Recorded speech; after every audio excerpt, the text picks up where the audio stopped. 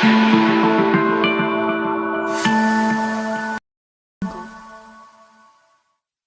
बच्चों, आप सबका बहुत बहुत स्वागत है मेरे YouTube channel Rama ma'am classes में। और आज हम पढ़ेंगे क्लास 10th के चैप्टर 10 से सर्कल के एक्सरसाइज 10.2 का क्वेश्चन नंबर 12। और ये क्वेश्चन बहुत इजी है, बट इसमें आपको सिर्फ 2 ट्रिक याद करनी है। अगर वो ट्रिक आपको याद रहेंगी तो आप इस क्वेश्चन को बहुत इजीली सॉल्व कर लेंगे। पढ़ने में बहुत टफ लगता है ये, और अगर ये एग्जाम में आता है तो इसके पूरे पूरे चांसेस हैं कि ये 4 मार्क्स में या 3 मार्क्स में आएगा। ज्यादा चांसेस इसके 4 मार्क्स के, क्योंकि क्वेश्चन थोड़ा सा लेंथी है। ओके, तो देखिए क्वेश्चन क्या है। A triangle ABC is drawn to circumscribe a circle of radius 4 cm such that the segments BD and DC into which BC is divided by the point of contact D are of length 8 and 6 cm respectively. Find the sides AB and AC. इसमें क्या दिया हुआ है कि एक triangle है और उस ट्राइंगल के अंदर ये सर्कल है।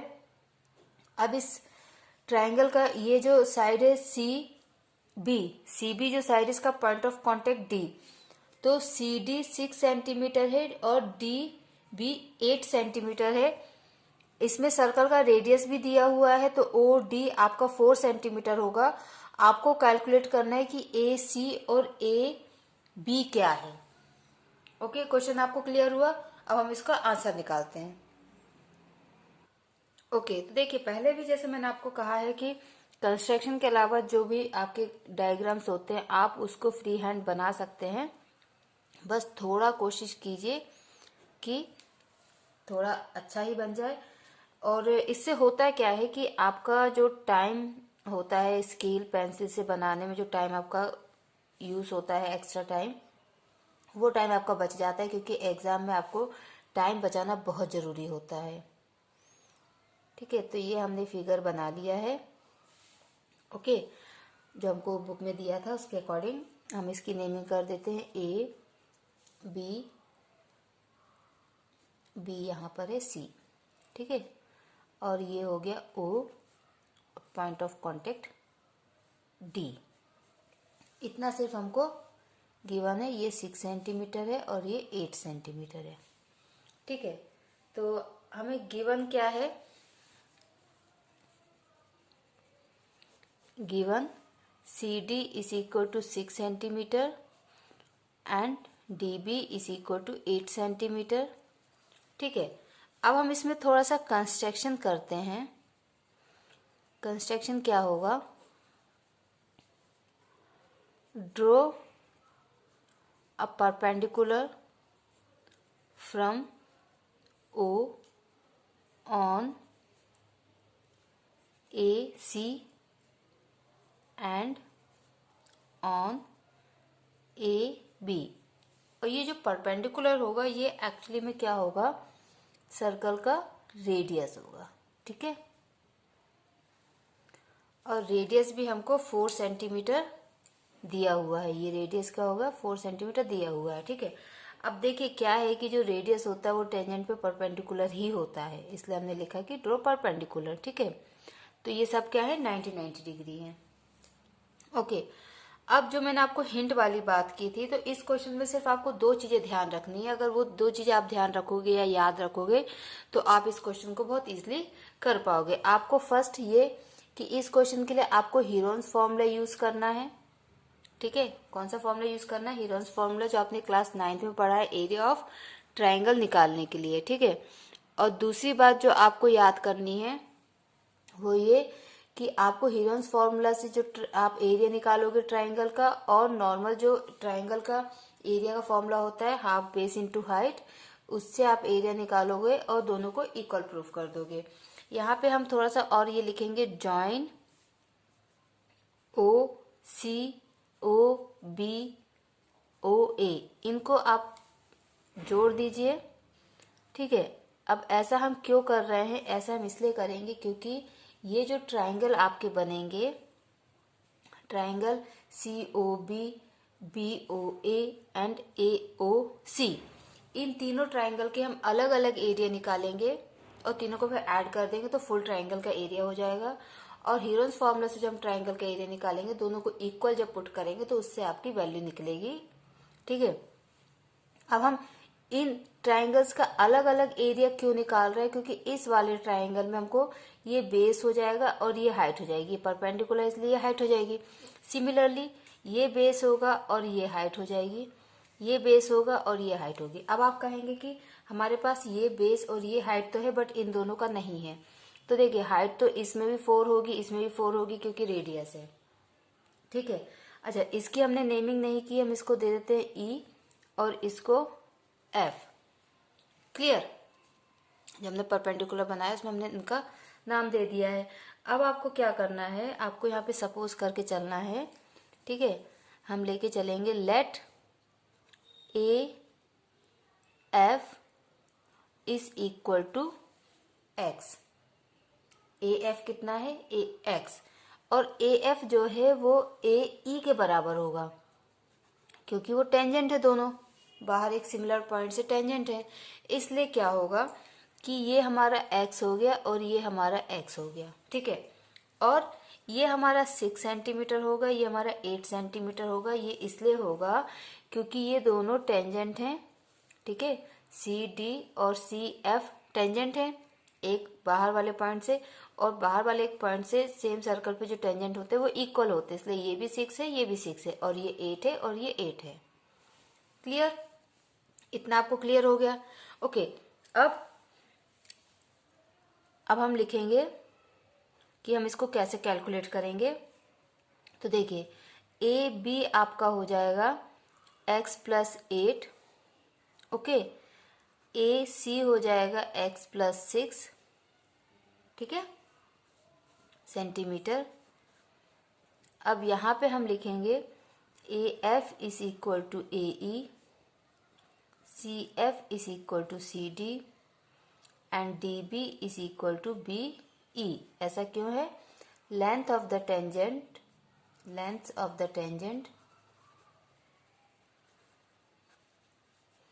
फ्रॉम अ एक्सटर्नल पॉइंट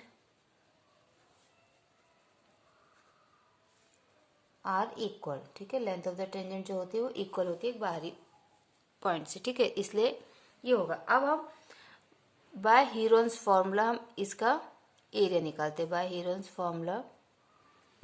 अब हीरोन्स फॉर्मूला क्या होता है, क्योंकि क्लास 9th में पढ़ा है इसलिए आपको थोड़ा सा उसको रिवाइज करना पड़ेगा। हीरोन्स फॉर्मूला होता है एरिया ऑफ ट्राइंगल का एस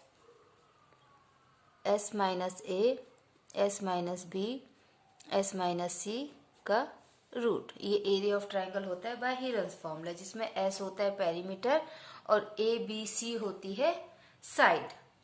क्लियर, तो यहाँ पे हम ले लेते हैं let A B is equal to A, और ए बी को हमने ए माना है और ए बी एक्चुअली में कितनी होगी, x प्लस 8। ठीक है, और बी सी को हम ले लेते हैं b, और बी सी है 6 प्लस 8 मीन्स 14।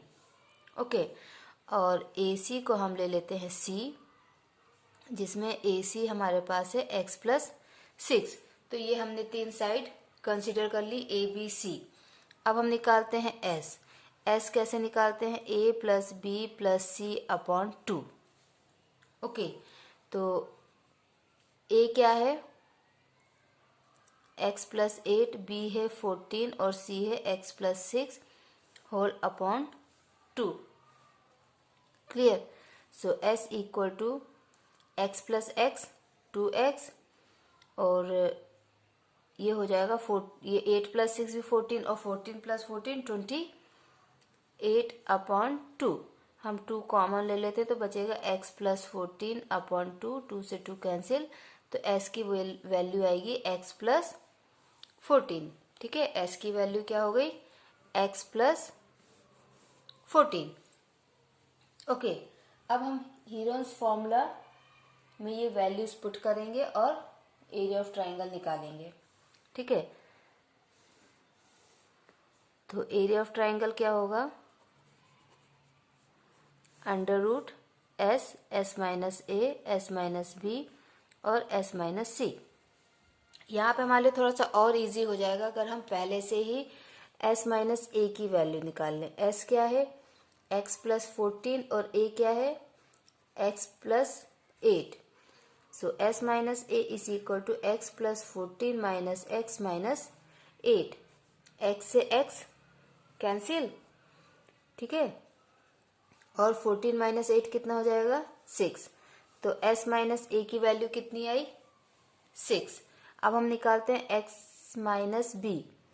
तो s है x प्लस 14 और b की वैल्यू क्या है, 14 माइनस 14, 14 से 14 कैंसिल, s माइनस बी की वैल्यू आ गई x। ओके, अब हम निकालते हैं s माइनस सी। x plus 14 minus x plus 6, तो ये हो जाएगा x plus 14 minus x minus 6।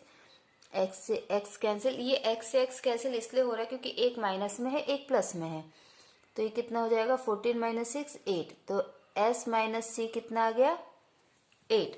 ये वैल्यूज अगर हम पहले से निकाल लेंगे तो यहाँ पे हमको वैल्यू पुट करना बहुत आसान हो जाएगा, क्योंकि अलग अलग वैल्यू निकालना इजी होता है, ठीक है। और इसमें फिर क्या होगा कि आपको जो आपके गलत होने के चांसेस या मिस्टेक होने के चांसेस बहुत ही लीस्ट हो जाते हैं, ठीक है। बाकी प्रॉब्लम नहीं है अगर आप एक साथ भी करें तो s की वैल्यू क्या है, x प्लस 14, s माइनस ए हमारा 6 आया है, s माइनस बी हमारा x आया है इंटू x, और ये आया था 8। देखिए कितना इजी हो गया है ना। अब क्या होगा, ये हो जाएगा x प्लस 14 और ये क्या होगा, 6 8 जा 48 x। इसको हम यहीं छोड़ देते हैं, इक्वेशन नंबर 1 डाल के हम इसको यहीं पे छोड़ देते हैं, क्योंकि इसमें से किसी का भी रूट भी नहीं निकलेगा, इसलिए हम इसको यहाँ पे ही छोड़ देते हैं, ठीक है। अब हमारा जो नेक्स्ट होगा वो क्या होगा, area of triangle COA and BOA। अब हम इन तीनों ट्राइंगल का एरिया निकालते हैं, ठीक है। ये कौन से तीनों ट्राइंगल हैं, देखिए यहाँ पर COB, तो इसका क्या होगा, half base into height, half base into height और हाफ बेस इंटू हाइट। तो इसका क्या होगा, half 4 into 14, half 4 into x plus 8, half 4 into x plus 6, ठीक है। इन तीनों के एरिया होंगे, आप चाहे तो अलग अलग निकाल सकते हैं और चाहे तो एक साथ भी निकाल सकते हैं। So area of triangle COB कितना होगा, half base into height means 4 into 14, तो ये 2 1 जा 2, 2 2 जा 4, तो ये आ गया 28 centimetre square. Then area of triangle COA, half height into base, COA इसका बेस है 6 प्लस एक्स, 2 1 जा 2, 2 2 जा 4, तो ये हो जाएगा 2 into 6 plus x, okay. And area of triangle BOA, half height into base, इसका बेस है x प्लस 8, तो ये हो जाएगा 2 इंटू एक्स प्लस 8, ठीक है, सेंटीमीटर स्क्वायर, सेंटीमीटर स्क्वायर। अब ये तीनों एरिया हम ऐड कर देंगे तो एरिया ऑफ ट्राइंगल ABC आ जाएगा, और ये भी क्या है, एरिया ऑफ ट्राइंगल ABC। तो अब हम इन दोनों ट्राइंगल्स का जब एरिया निकल गया तो हम इन दोनों को इक्वल पुट करके x की वैल्यू निकालेंगे, ओके। तो देखिए area of triangle COB plus area of triangle COA plus area of triangle BOA किसके बराबर हो गया, एरिया ऑफ ट्राइंगल ABC के बराबर। अब इन तीनों का एरिया हमने लिख लिया है, और ट्राइंगल ऑफ ABC का एरिया हमने हीरोन्स फॉर्मूला से जो निकाला था उसको लिख लिया है, दोनों सेम होंगे। अब इसको हम सॉल्व करते हैं, 28 plus 2 6 12 plus 2x plus 16 plus 2x is equal to x plus 14 into 48x, 28 plus 2x plus 2x 4x, और ये हो जाएगा 28 is equal to under root X plus 14 और 48x। ठीक है, अब ये कितना हो जाएगा आपका 28 प्लस 28, इसमें से 8 और 8 16 156 plus 4x is equal to under root X plus 14 और ये 48x। ओके, अब देखिए इसमें हम इसका रूट हटाने के लिए इसको स्क्वायरिंग बोथ द साइड कर सकते हैं। ठीक है, बट उसमें क्या होगा कि उससे पहले भी कुछ स्कूल्स में ऐसा होता है कि यहीं पे स्क्वायरिंग बोथ द साइड करवा देते हैं। बट आप देखिए कि अगर हम 48 का एलसीएम लें, 24 देन 12 देन 2 6 देन 2 3, तो इसका एलसीएम हमको क्या आएगा, यहाँ से हम 2 कॉमन ले लेते हैं तो ये हो जाएगा 28 प्लस 2x, बल्कि हम 2 और कॉमन ले लेते हैं तो हो जाएगा 4 और ये हो जाएगा 1 14 प्लस x। ठीक है, अब देखिए ये हो गया x प्लस 14 और 48 को हम लिख सकते हैं 2 into 2 into 2 into 2 into 3 into x. तो ये 2 2 की पेयरिंग बन गई है, तो इसको हम बाहर ले सकते हैं 2 इंटू 2 और अंदर बचेगा x प्लस 14 3x। तो इससे क्या होगा कि ये आपका यहीं पे कैंसिल हो जाएगा और आपको किसी का स्क्वायर करने की जरूरत ज्यादा नहीं होगी। ठीक है, अब हम लिखेंगे स्क्वायरिंग बोथ द साइड। अब आपका ये थोड़ा सा और कैलकुलेशन इजी हो गया है। स्क्वायरिंग बोथ द साइड, देखिए क्वेश्चन आपका ना इतना लेंथी होगा नहीं, क्योंकि अभी तो मैं समझा भी रही हूँ आपको और लिखती भी जा रही हूँ। ठीक है, इसलिए ये वीडियो बड़ा हो जाएगा, बट एग्जाम के पॉइंट ऑफ व्यू से ये बहुत इजी हो जाएगा क्योंकि आप एक बार प्रैक्टिस करके जाएंगे। तो देखिए ये स्क्वायर से रूट कैंसिल। ठीक है, अब आप देखिए 14 plus x, 14 plus x square है ना, तो हम 2 बार लिख लेते हैं और ये क्या हो जाएगा x प्लस 14 या 14 प्लस एक्स, कुछ भी लिखो आप, लिखो आगे पीछे तो वो बात एक ही होती है। आपने डिस्ट्रीब्यूशन प्रॉपर्टी, एसोसिएशन प्रॉपर्टी सब पढ़ा है। अब ये और ये कैंसिल। ठीक है, 14 plus X is equal to 3x, 14 is equal to 3x minus X, 14 is equal to 2x, 14 upon 2 is equal to x, 7 is equal to x, 7 centimetre is equal to x। तो x आपका कितना आ गया 7 centimetre. अच्छा, x actually में था क्या, आपका AC था x प्लस 6, तो AC कितना हो जाएगा 7 plus 6, AC is equal to 13 centimetre. ठीक है, दूसरा आपका AB था x प्लस 8, तो AB कितना हो जाएगा 7 plus 8, AB is equal to 15 centimetre.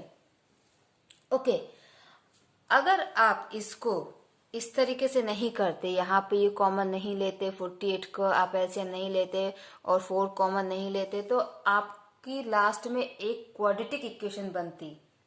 ठीक है, और फिर आपको उस क्वाड्रेटिक इक्वेशन को सॉल्व करते और फिर आपकी x की वैल्यू आती। मैं आपको दिखा देती हूँ, और उस चीज से बचने के लिए आप ये कर सकते हैं, क्योंकि क्वाड्रेटिक इक्वेशन को सॉल्व करना थोड़ा सा लेंथी हो जाता है आपके लिए। देखिए आप यहां से इसको देखिए, ये जो हमने लिखा है ना 2 और 28 plus 2x is equal to under root X plus 14 और ये 48x। ठीक है, अब यहीं से अगर हम स्क्वायरिंग बोथ द साइड कर देते, ठीक है, जैसा कि किया जाता है हमेशा, हम यहीं पे अगर स्क्वायरिंग बोथ द साइड करते तो ये होता 28 प्लस 2x। ठीक है, इसकी हम स्क्वायरिंग करते और यहाँ से स्क्वायर से रूट कैंसिल हो जाता, तो ये बचता है x प्लस 14 और 48x। ठीक है, उसके बाद आप ये तो 4 होता 2 का स्क्वायर और ये हो जाता 28 प्लस 2x का स्क्वायर इज इक्वल टू, इधर पे हम इसका ब्रैकेट खोलते तो होता 48x स्क्वायर एंड 14 इंटू 48 का 14 से मल्टीप्लाई करते, 4 8 जा 32 का 2, 3 4 5 16 19, 1 8 जा 8, 1 4 जा 4, 2 7 6 प्लस 672x। और यहाँ पे अब आप देखिए कितना बड़ा होता है। आप 28 का स्क्वायर करते, फिर 2x का स्क्वायर करते, फिर 2 into 28 into 2x is equal to 48x square plus 672x। Okay, और उसके बाद फिर आप इसका ब्रैकेट भी खोलते, 28 का स्क्वायर करते, फिर ब्रैकेट खोलते, एट द एंड आपको एक क्वाड्रेटिक इक्वेशन मिलती जो कि होती X square plus 7x minus 98 is equal to 0।